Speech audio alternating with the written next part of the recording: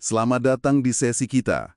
Hari ini kita mau fokus bahas satu sumber nih, sesuai permintaan Anda ya.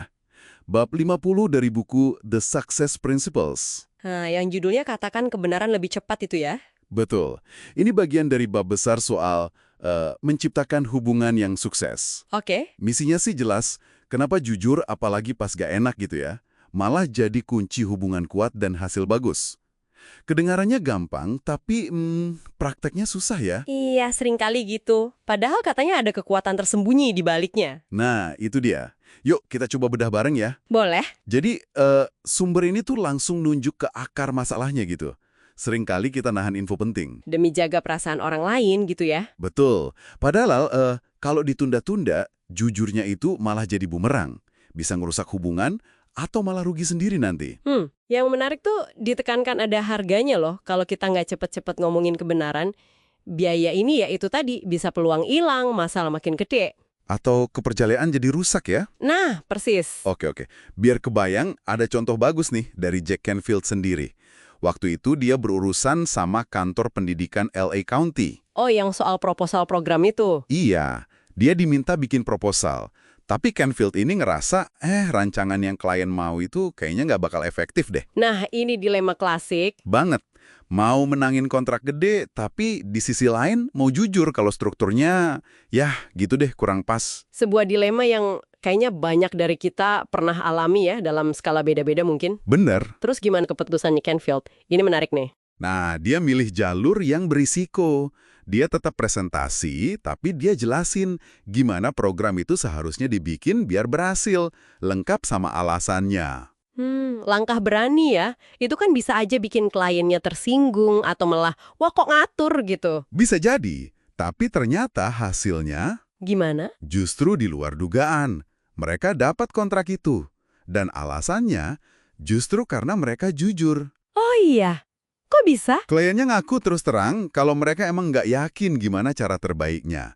Jadi mereka malah menghargai banget integritas Canfield, masukannya juga. Wah, ini nunjukin banget ya gimana transparansi, kejujuran itu bisa bangun kepercayaan cepat banget. Iya, betul. Itu poin krusial sih, kejujuran yang disampaikan dengan baik itu nunjukin integritas, nunjukin kita peduli sama hasil bareng, bukan cuma, ambisi pribadi aja. Setuju. Bukan cuma pengen menang tender doang gitu ya. Betul, nyembunyiin kebenaran demi rasa nyaman sesaat itu hampir selalu jadi masalah nanti. Ini nggak cuma soal bisnis loh, tapi di banyak hubungan juga berlaku. Tepat. Dan keberanian kayak gini tuh nggak cuma pas sama klien. Ada contoh lain lagi nih, dari Marilyn Tam. Waktu dia wawancara kerja sama CEO Nike waktu itu, Phil Knight. Oh, yang ini juga menarik. Gimana ceritanya? Jadi sebelum wawancara, si Tam ini riset dulu. Dia cek langsung kualitas bajunya Nike di toko-toko. Wah, inisiatif bagus. Terus apa hasilnya? Dia nemuin kualitas pakaiannya ya kurang bagus lah. Terus pas wawancara, dia ngomong langsung ke Phil Knight. Ngomong apa? Dia bilang kalau mau launching toko konsep pakai produk yang kualitasnya kayak gini, itu malah bakal ngerusak citra Nike. Wow, langsung ke CEO-nya. Pas wawancara kerja. Iya, pas wawancara. Kebayangkan risikonya. Dia udah mikir, wah kayaknya gagal deh ini dapat kerjaan. Gila berani banget. Ini nih pertanyaannya. Apa keberanian kayak gini selalu berhasil? Atau Tem ini kebetulan aja ketemu CEO yang open kayak Knight? Nah, sumbernya sih nggak bahas soal keberuntungan ya, tapi lebih ke prinsipnya. Oke, terus kelanjutannya gimana? Ternyata, 2 minggu kemudian, Knight nelpon Tem. Dia setuju sama penilaian Tem setelah dia ngecek sendiri juga. Serius? Iya, terus dia nawarin posisi VP, Wakil Presiden, dengan tugas utama benerin dulu kualitas produknya, baru nanti toko konsepnya jalan. Luar biasa. Ini benar-benar bukti nyata ya? Banget. Pas banget sama kutipan Samuel Goldwyn yang juga ada di bab ini. Saya nggak mau ada penjilat di sekitar saya.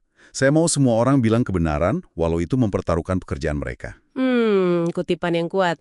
Kisah Tem ini jadi contoh gimana jujur yang ada dasarnya ya, disampaikan profesional, itu malah bisa nunjukin kompetensi dan kredibilitas kita. Jadi intinya konsisten banget ya dari 2 contoh ini. Iya, ngomongin kebenaran lebih cepat, walau susah atau berisiko di awal, itu jadi fondasi buat hubungan yang lebih otentik, lebih kuat. Kepercayaan yang kebangun itu seringkali bawa hasil lebih baik dan rasa hormat juga ya. Betul. Nah terus, Gimana ini relevansinya buat Anda yang dengerin? Coba deh, direfleksiin sedikit.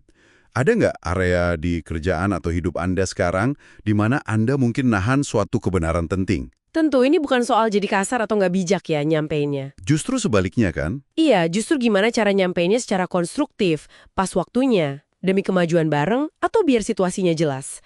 Pertanyaannya bukan apa halus jujur, tapi gimana dan kapan waktu terbaiknya. Dan menurut sumber ini, waktu terbaiknya adalah Lebih cepat. lebih cepat, lebih baik gitu ya intinya. Ringkasnya gitu. Bab 50 ini benar-benar nekenin kekuatan dari jujur yang tepat waktu. Contoh Canfield dan Tam tadi udah jelas banget nunjukin manfaat jangka panjangnya. Nah, sebagai penutup nih, mungkin ada satu pemikiran buat Anda renungkan lagi yang nyambung dari sini. Apa tuh? Selain buat hubungan eksternal ya, gimana kalau kita coba terapin kejujuran radikal yang lebih cepat ini ke diri sendiri? Maksudnya? Ya, jujur soal apa sih yang beneran berhasil atau enggak dari usaha kita. Jujur soal kekuatan kita, kelemahan kita.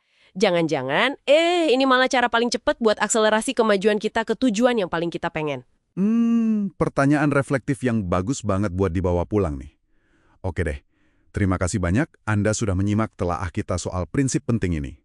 Sampai jumpa di pembahasan berikutnya.